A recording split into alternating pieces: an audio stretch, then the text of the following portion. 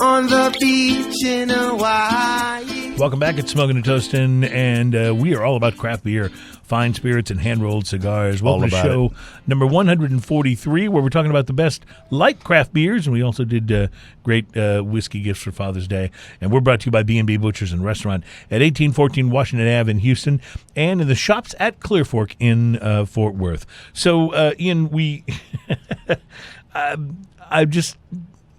I wanted to point out that I'm just still really getting new flavors from that whiskey. So I started thinking I had to run off to the restroom a minute ago, and that's where I do most of my best thinking anyway. But I was thinking there's that flavor in there that I'm not that's kind of there. The one thing we didn't talk about is the malt profile on there's definitely, yeah. So I think it's definitely the way that raw sugar and malt are kind of interacting with each other, create a really nice kind of sweetness to it. This whiskey is very well balanced between the flavors, and it's complex enough that I was saying it'd be a fun thing to sit down and just sip this across an evening and let the flavors sort of reveal themselves to you, and that's the complexity kind of speaking there. You know what I mean? Like this is something you can do. It's not straightforward. It's very much going to unfold itself to you, I think, as you drink. So, and it was interesting too because the first sip was good, and then the next few sips were better. It was good, and then it got better, and you got to love that. Yes, because absolutely. we've all had either food or drink or something like that where the first bite is really good, and then it kind of after too many. Well, I'm kind of reminded something of too that. rich about it. Do you remember the whiskey that you brought a few shows back? That was it was whiskey and beer, something had something to do with the beer. hopped whiskey. The hopped whiskey. Never heard That's of what it. it was. Yeah, it was that way. The first drink, I'm like, all right, this is all right. And then the more I drank it, the less I liked it. That just reeked, by the way. Yeah. And I will tell you, it doesn't taste as bad as it smells. That Oh, stuff it was smells so terrible. smelly. Maybe that's why I liked the first sip a little better, is because the smell was so bad. Then when I took the sip, I was like, "Oh, good! It doesn't taste as bad as it smells." I gave that to Keegan, one of the guys here in the office, and he the same one who loaned us the black. Yes. Right? So he has some taste in whiskey, and he's so funny because he opened it up. He's like, "Oh, hell no!" He didn't even try it. And then apparently at some point in time later, he tried it and he goes, "It's not as bad as I thought it was going to be." Yeah. But when you say something's not bad, you're not saying it's good. Yeah. So I just like to point out that when you bring stuff, you have not earned back my trust. There was that, and then before that there was the Malort. So damn it, I bring interesting stuff. You are still not to be trusted. That's all I'm saying. You're not to be trusted. I'm on the do not trust list. No, it is interesting. So the best light beers, according to an article in Popular Mechanics, and I will just read you before we start the list. I want to read you the other articles from Popular Mechanics that are clickable. That are across the top. Yeah, across the top. There is upgrade your home theater with Samsung's TV sale. So that's probably that seems Popular Mechanics like. Yeah. This tiny island is the epicenter of green tech. Okay, that seems Popular Mechanics like. There's got to be an airplane in there somewhere. Buying a knockoff Predator drone is a bad idea. Okay, so I get that. Yeah. Do we really need an R-rated Star Trek movie? That doesn't seem real. There's got to be a car or an airplane in there too, but I guess drone takes airplane somewhere. Yeah, well, I think this is what you're looking for. The final one is Evinrude's new E-Tech 150 is a two-stroke marvel. It's a boat engine. Love it. It's a boat engine. So that's Popular Mechanics. But the article itself is... Although I think if you're really country, like a lot of Texas guys, it's got to be a Murphy. Really? See, my dad had an Evinrude when I was a boy. That was what we had. Evinrudes are the bomb. All I know is it was loud and fun. I don't have a boat. I have no idea, really. Yeah, it always reminds me of the only thing I really know about boats, other than I love being on them, is that old saying: the two best days in the boat owner's life is the day he buys the boat and the day he sells the boat. The 11 best light beers is the article that it's on popularmechanics.com. I'm not making this up. You can go and look and find it. The craft beer revolution has finally come to light beer, and we love the results. Here are our favorite IPAs, wheat beers, and lagers, all clocking in at around 100 calories. First one on the list is Southern Tier Brewing Company's Swipe Light, which I suppose is a take on Swipe Right, which is the tender thing. The most refreshing. It says the most refreshing pale ale we've ever tasted. Unlike an IPA, there's a balance between the toasty barley flavors and the bright citrus hops, and the flavor's big enough to deliver that post-workout reward and satisfaction. 110 calories, 4% ABV. Huh. I have actually seen this one. I have not tasted it. 6 Point Jammer. 6 Point is the ones that have the tall. They're 12-ounce cans, but they're taller and skinnier. Jammer was the most fun beer we tasted. What does fun beer taste like? Pleasantly surprising. Over a backbone of wheat was a bright, fruity, and sour character, but you weren't sure what you'd taste next. They say try the 15-can Jammer Session Pack, which also includes berry, citrus, ruby, and tropical variations. 125 calories and a 4.0 ABV.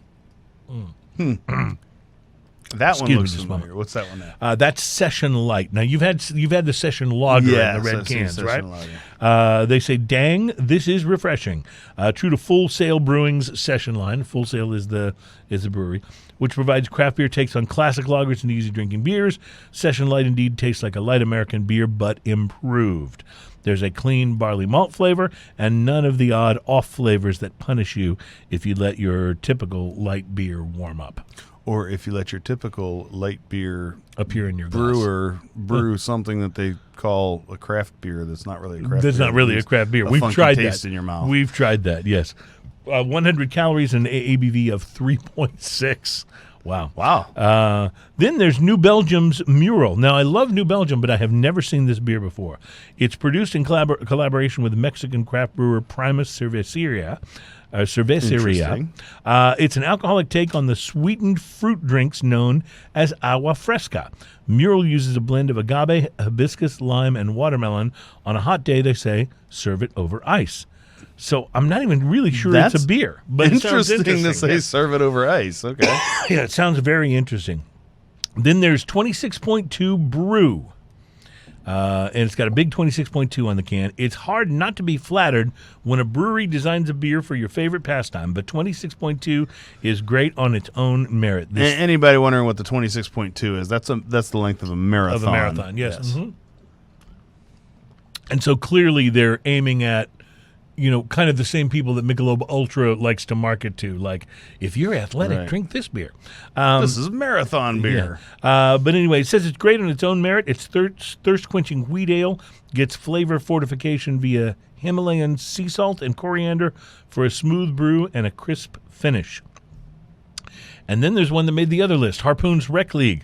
The hazy pale ale has the soft bitterness and juicy hops of the opaque New England IPAs that are twice its strength and at least twice the calories. We're going to have to try that. Yeah, we're definitely going to have to try this. The hops tend towards tropical flavors and the finish slightly sweet, 120 calories, ABV of 3.8. We are also going to have to try this one, Firestone Walker's Easy Jack. I think I've had that before, actually. It isn't new. They say it's a longtime favorite session IPA, but recently Firestone Walker retooled the recipe to dial down the alcohol and calories. It still packs bright floral and fruit hops that we love. Now it's just a little healthier for us. 120 calories, ABV of 4.0. Speaking of Firestone Walker, I bought a 12-pack of their 805 the other day. What a great beer. Great beer. You remember when we were in California, that beer is everywhere in Los Angeles. Everywhere. Outstanding. Everywhere. Love it. Dogfish Head's Slightly Mighty IPA. This was on the other list as well. They say a funny thing happened every time we tried to take notes on Slightly Mighty IPA.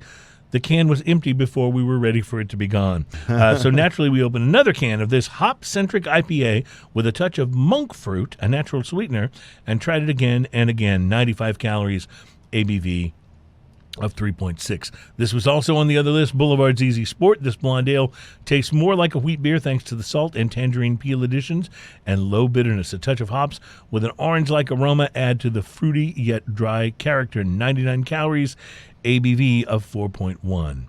I have not had Ballast Point Lager. I haven't either. But they say that this tastes like a simple American beer, but it's made with all the classic craft beer ingredients. All barley, no corn or rice, and grapefruit-tinged Apollo hops. There are subtle fruit notes, a touch of that grapefruit, and a boatload of refreshment. 99 calories and a 4.2 ABV for the lager. And finally, Avery's Pacer IPA. Had a lot of good beers from Avery. Have not had the Pacer. Haven't had They it say either. it's got a mild orange and tangerine hop character.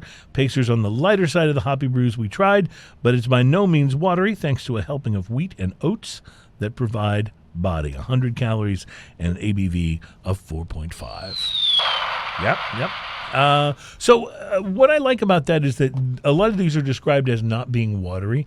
I was thinking about, people who are trying to be health conscious, but they still want a beer, and so they're buying a Michelob Ultra, and it really is watery. It has no flavor, It is a beer, but only barely. You know what I'm saying? And so if you can go this direction, you can find something that really does have great flavor, but is lower in calories. Well, that's the funny thing about Michelob Ultra too. Is it's not even like an offensive beer. It's just there's just not much there. It's kind of like beer tofu or something. It's right. There's just not enough of anything really there to Coors Light is much that way. Like it's if it's really hot outside and the Coors Light is really cold, you can enjoy the experience, but it doesn't really feel like a beer experience. Mm-mm. You know what I mean? That's right. It doesn't feel like you're really getting those flavors that you want when you have a beer. And so that's they sell a lot of it, so I'm convinced that a lot of people like watery beer. Yeah, I'm convinced that you're right. And I don't know if maybe that's just if people are stuck in a this is what I always drink, so that's what I'm going to drink. Mm-hmm. I'm amazed that a lot of beer drinkers in general, like this is just a funny thing, a lot of beer drinkers in general, your mass populist beer drinkers will buy that one. They're that brand. They're brand loyal. They buy that one beer. That's all they drink. That's all they drink ever. Can you imagine having dinner that way? Yeah. No. Yeah, right. I get this one pizza from Papa John's, and it's always the same pizza, no matter what. I get that every night, and every night, and I have leftovers for breakfast. That doesn't make sense. Like my palate doesn't work that way. When I go shop for beer, I may buy, for instance, a 12-pack of like that 805. I know that's one I'll toss in the fridge. I can have that mowing the lawn. I can do that. It's kind of on the lighter side for me. Yep. And it's a great beer. I know I'll get through it eventually, but most of the time I buy multiple 6-packs of different things because I'm going to be in like my typical shopping cart. I would come out with something light like an 805. I'd come out with Founder's Dirty Bastard in my shopping cart, and I would probably have something off the chart in there, like something really something ridiculous unusual, like a Dogfish Head or something like that, and then. And that's kind of how I shop for beer. If it looks interesting, it's fun. I don't want a whole cart of the same thing. Well, one of my favorite things is, and you can do this at H-E-B and Kroger and at my specs that I go to, is where you can go to where they have the singles and you can mix and match a 6-pack. And what I do with that is I'll buy beers that I think, oh, this might be interesting to drink on the show, and then I take them home and they never seem to actually make it all the way to the show because I drink and then them. you think to yourself, that would have been interesting to have on the show. Really interesting to have on the show. So speaking of interesting, this stout that we're going to try here is one that I have not had this before, but Alan Denny, who nobody cares about, he and his wife came over to the house for dinner recently, and he brought some very interesting beers with him, but then he got very interested in the beers that I had, and so that's what we wound up drinking. And as a result, there were a couple of cans of this stout left. This Thirsty Miner. Well, so Thirsty Miner, I didn't realize until I saw the can, until you pulled out the can. So you think you might have had this I before. actually, now that I'm looking at it, I know I've had this before. They had this at my H-E-B, and they had it on sale. It was cheap. It was $5-ish for a 6-pack, and my wife bought it and said, hey, even if it's not good, it's probably drinkable, right? And at that price, right? And so, I tried it, and I thought, that's a pretty decent beer, especially at that price point. So not to let that cat out of the bag, but it's pretty decent beer, especially at that price point. Yeah.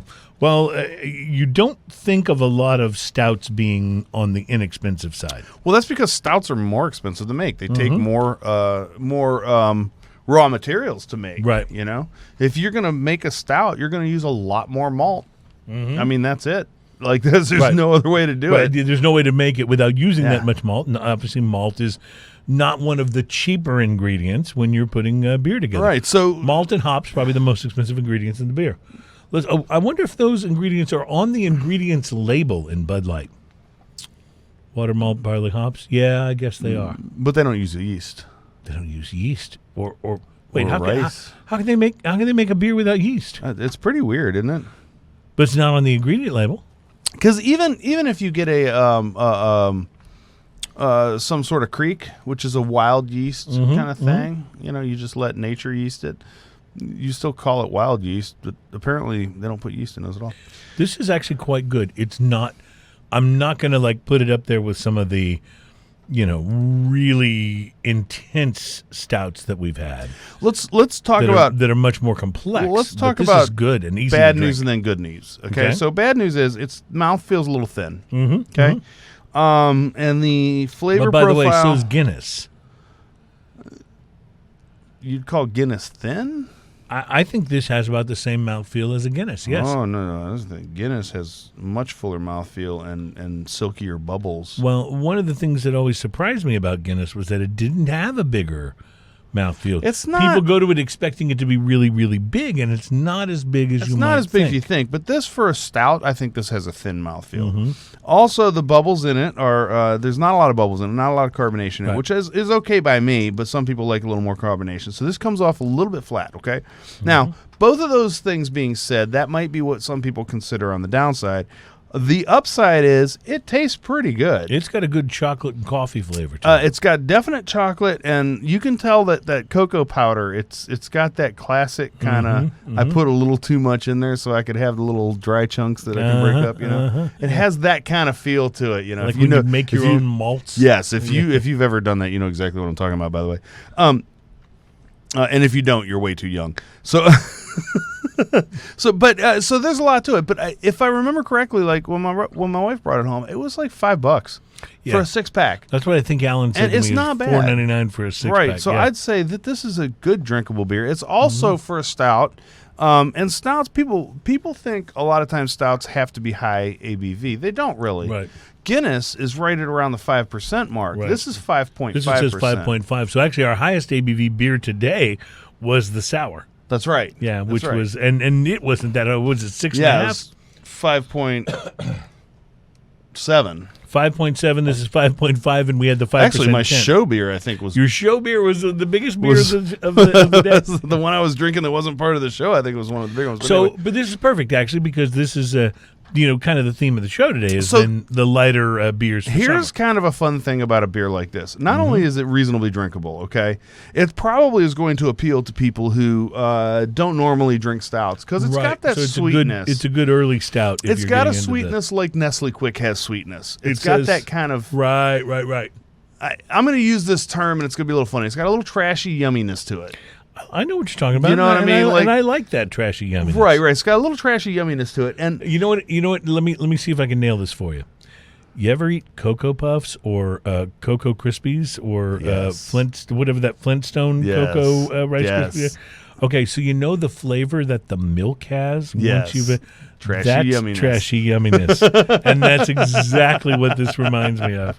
That's exactly. so what it yeah, reminds so me of. and so all these things are pretty good. I'm going to tell you this at the price point on this beer, and good job, Alan. I'm bringing this one at the price point on this beer. This is a fun beer. I would tell you if you have ice cream, pour some of this over Oh, it. how Pour it in fun the would bowl. that be? You Yeah, would enjoy yeah. it because this is the kind of thing that would add to the ice cream. If you have Cocoa Krispies, try it in some of this. It's not just for breakfast anymore. That's right. It does say right here on the can, stout brewed with cocoa powder. That's right. So with they're- the powder, they're so not like hiding the cocoa not powder at all. Not at all. Yeah. And I think that they make a pretty good product, especially at that price point. So I'm raving about it because while it's not an amazing beer, at its price point, it's pretty darn good, and it's kind of fun if you want something different. and it's not high ABV, so you're talking about something you can enjoy even in the summer. If you're thinking, yeah, it's summer, I can't really drink my stouts and porters and barley wines and heavier beers because it's just too heavy for this time of year. Don't understand that thought I process. know this doesn't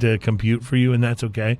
But some people will understand what I'm saying, and this is a wonderful way to kind of stay in the flavor profile without going a bit heavier. So, So I have to nice. say that I'm for this beer for that one fact, and it's good enough, especially at that price point. This is pretty good at that price. If this was a $10 6-pack, I've had stouts that are in that price range that beat it out. At $5, I don't know that I've ever had a stout in that price range. And that price range that's even goes remotely as good as this. Yeah, no, I would agree with you. So it gets back to kind of a constant theme of the show, which is price versus quality. Price versus quality, yeah, absolutely. Yeah. There are times when you want to spend more. I think, by the way, that sour, I think it was like a $25 beer. Yeah. Like, it was not an inexpensive bomber to buy, but boy, it's you good. don't. But yes, and it absolutely is, and I think it was worth it. But you don't always want to spend that on a beer, right? Sometimes you want to be able to do something that's in a different price range, but still have it be really enjoyable. And what's funny about that too is if this is, let's say this is 25, whatever it actually is. Let's say it's 25. This beer caused enough conversation between us to where that was easily worth it. Absolutely worth it. And this is not necessarily the kind of beer that you sit down and just drink the whole bottle yourself. That's right. It's a bigger bottle. You split this with a friend and you talk about it. Which is why you don't want to see that in a 6-pack. You want to see it in the bombers. Yeah, just some like beers that. some beers are just like that, and they just lend themselves to it. That's absolutely right. Well, I think all three of the beers and the whiskey on today's today show was a winner. Have been really good. So I'm generally we have a tendency to get really caught up in complex descriptions and price to quality and all of the things that we try to talk about with these various drinks and cigars and stuff. But in the end, it really boils down to something that I learned from you, and that is beer good. Beer good. Beer good. And with that, I think we will leave you, my friends. Thank you for being a part of this 143rd edition of Smokin' and Toastin'. We are thrilled to be, invited back by you. We appreciate it. Thank you for playing beer with us. And thank you very much. Beer good, my friend. Beer good. Cheers.